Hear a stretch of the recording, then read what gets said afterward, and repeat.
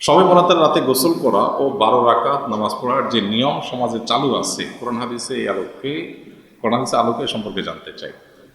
এক সময় যখন শবে বরাত যখন হতো, মধ্য শ্রাবণের রাত যখন হতো, তখন শীতকাল ছিল না। তখন এই জাল হাদিসের উপরে অনেকেই আমল করেছে।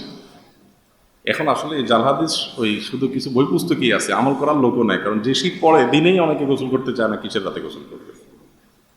বিধায় এটা নিয়ে এখন নতুন করে আলাপ না করলেও চলে। যারা এটাকে সওয়াবের কাজ মনে করে তারাও কয়জন গোসল করে এটা নিয়ে সন্দেহ আছে।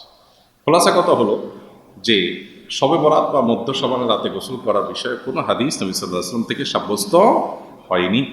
সেই সাথে ওই 12 রাকাত নামাজের এরকম কোনো দরাবাদা নামাজের কথাও হাদিসে বর্ণিত নাই। তবে এই রাতে আল্লাহ তাআলা হিংসুক এবং মুশরিক ছাড়া বাকি মানুষদেরকে সাধারণ ক্ষমা ঘোষণা করেন মর্মে হাদিস আছে। যার কারণে মানুষ আল্লাহর কাছে ক্ষমা চাইলো, ক্ষমা চাওয়ার মতো বুঝুই কাজ করলো, সেটা হতে পারে। কিন্তু কোনো ফিক্স আমল, কোনো ফিক্স রাকাত সংখ্যা এরকম কোনো কিছুই নবী সাল্লাল্লাহু আলাইহি ওয়াসাল্লাম থেকে বিশুদ্ধভাবে বর্ণিত হয়নি।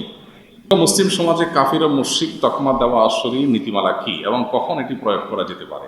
কোনো মুসলমান বিশেষকে কাফির বা অমুসলিম বা মুশরিক এরকম তকমা দিতে হলে, ধরুন কেউ মুসলমান, তিনি মোরতাদ হয়ে গেছেন, তিনি কাফের হয়ে গেছেন তার কোনো কাজ, কথা, আচরণের কারণে, তো এই বিষয়ে তকমা দেওয়া বা কাউকে এই বিষয়ে অভিযুক্ত করা, এটা আসলে ব্যক্তিগত কোনো কাজ না যে ইন্ডিভিজুয়ালি আমরা এটা করব। এটা ফতোয়া বিভাগ থেকে জাতীয় পর্যায়ে ওলামা একরামের টিম অ্যানালাইসিস করে তারপরে ফতোয়া জারি করবেন। এবং এই ফতোয়া জারি করার আগের অনেক স্টেপ আছে।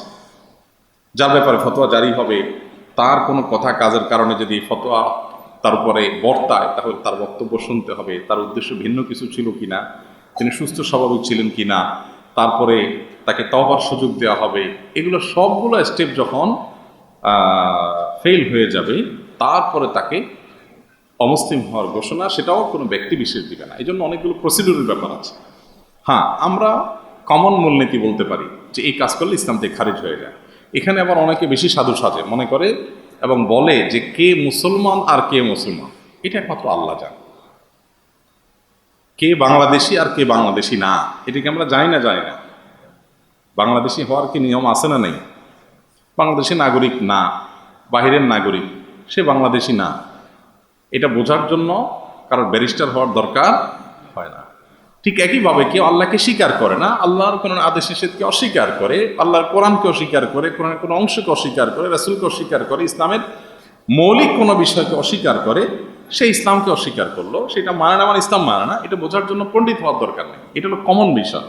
কিন্তু কোনো ব্যক্তি বিশেষের ব্যাপারে যখন এই বিধান আমরা ফিট করব, তখন সেটা ব্যক্তি পর্যায়ে ফিট করা জায়েজ নাই। বিশেষ করে কারণ কোনো কথার ভিত্তিতে এরকম মন্তব্য যদি আমরা করি, তাহলে ঘরে ঘরে যে কেউ যে কাউকে এভাবে কাফের ঘোষণা দিতে থাকবে, মুসলমান আর খুঁজে পাওয়া যাবে না।